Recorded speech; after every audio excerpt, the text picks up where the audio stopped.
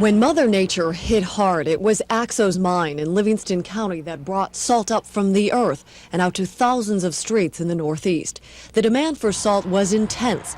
Axo mined more than ever before. We've had about 2 million tons go out through the end of January. The company had a record year. The Earth's natural resources proved profitable for Axo and its people. Then, without warning, the earth near Axo shook.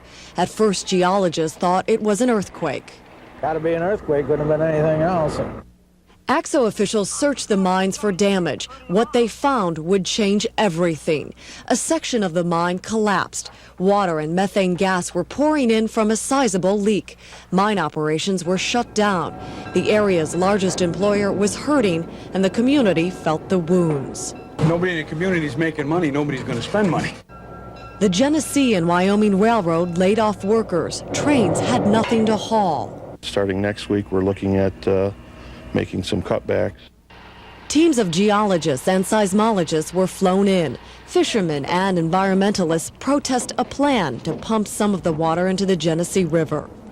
All the fish, the blue herons, they just won't be able to live. Axo's miners also think about survival. We want to get back in there and save our job. Stop this. I ain't afraid to go back in that mine at all. On Friday, miners announced a change in contract. With work sparse above ground, the company needed to thin the workforce.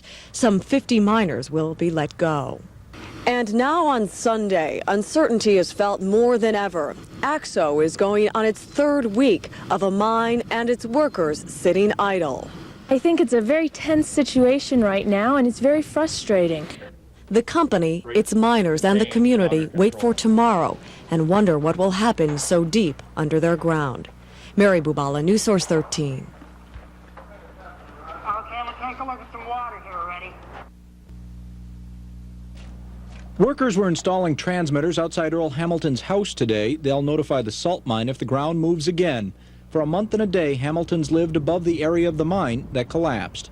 But as long as it doesn't cave in so we lose the house or something, why?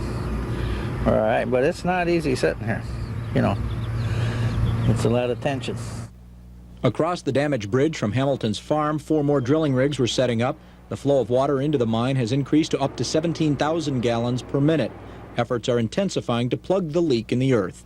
We're trying to step up our efforts in relation to the increase in water, so that if we can, basically triple the amount of holes that we're going to be grouting with, then maybe we can get a handle on this water situation. Miners below ground are working to set up pumping stations. We anticipate that one of the pumping stations might be operational by this weekend.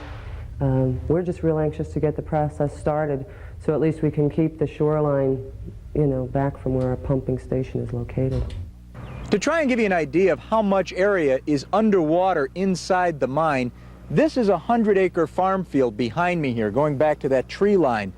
All of this area would be underwater, all the way out to that far tree line there, all the way up the hill to those houses, and into the woods behind them.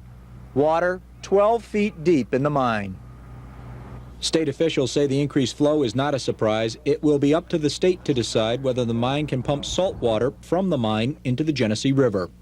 Does that affect our decision? The decision has not been made as yet as to whether to grant the emergency authorization. It's just another factor that will be factored into the final decision.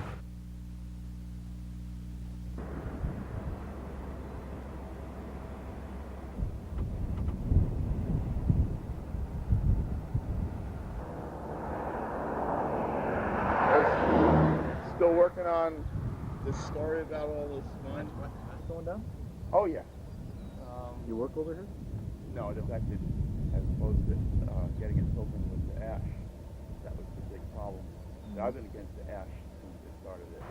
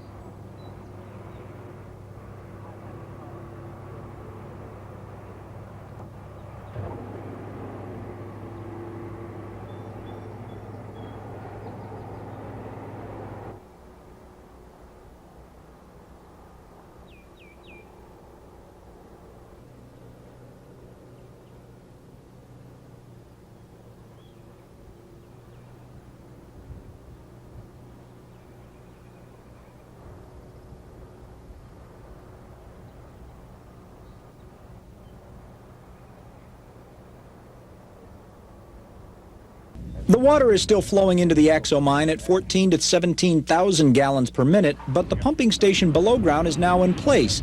Above it, a large black pipe snakes its way across farm fields to the Genesee River.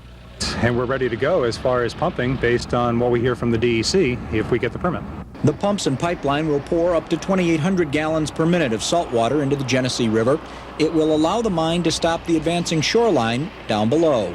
At the same time, workers continue to pour cement into other wells to try and plug the water flowing into the mine. We got that started a little bit earlier, about midweek, and found, at least according to early reports, initial success in seeing some of the test wells recover water. Work is also continuing on a new borehole south of the collapsed area. This will allow miners to inject cement into a portion of the mine itself to build a large support pillar. The first attempt at this failed when a ground shift pinched off the well. But after the setbacks, the progress on the pumping station has the company feeling better. A lot better as things stand right now, sure. Receiving permission to throw the switch and actually begin pumping would certainly be a step forward for Axo, but there is still no guarantee it'll be enough to save the mine. In Kylerville, Jim Redmond, News Source 13. Fishermen ride the waves of the water that bring them work. We took one nice-sized king salmon. We took several browns. We had a couple of cohos and. Fish on, Captain. Fish on. Captain John Punt and his mates charter fishing boats. Lake Ontario, the bay, and the Genesee River are part of their turf. So for someone to tinker with what the fishermen have come to rely on for food and finance means uneasiness abounds on board. We rely on the stocking. We rely on the cooperation from the state. And we depend on this for part of our livelihood. Some of this is an important part of our income. Miles away in a different county on different grounds, pipeline snakes across a field. It will carry water from the Retsof Salt Mine to the side of the Genesee River. Some 2,800 gallons of salty water will pump into the river each minute. The flow of the river could carry the salt to Lake Ontario. Back on the bay, the fishermen are reeling. We want everybody to be happy, and particularly we want to protect our fish because we love these fish. What worries charter fishermen the most is the unknown. What effect will the salt have on the fish? Will it drive them away? For now, it truly is a wait-and-see game. Biologists monitoring the Axo discharge say it is an experiment with the water's ecology. It just seems like a lot of salt to be put into fresh water. If you want to be at the ocean, you go to the ocean. Exactly. These are still freshwater fish.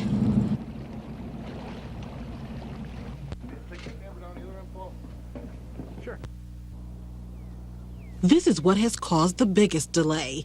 Axo says this temporary holding tank is too unstable to turn the pumping system on.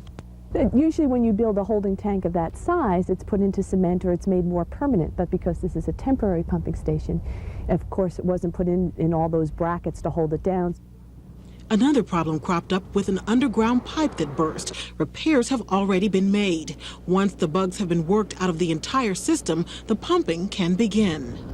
With the pumping system activated, some 2,800 gallons per minute will flow through this pipe from the flooded mine below. Axo officials say the goal is not to empty the mine, but to prevent the shoreline from expanding. Axo only has about 30 days to discharge water into the Genesee. After that, the river's water levels will be too low. Putting the salt water out is not any of our concern. That's up to the mine and the DEC and the state. Our concern is the bridge.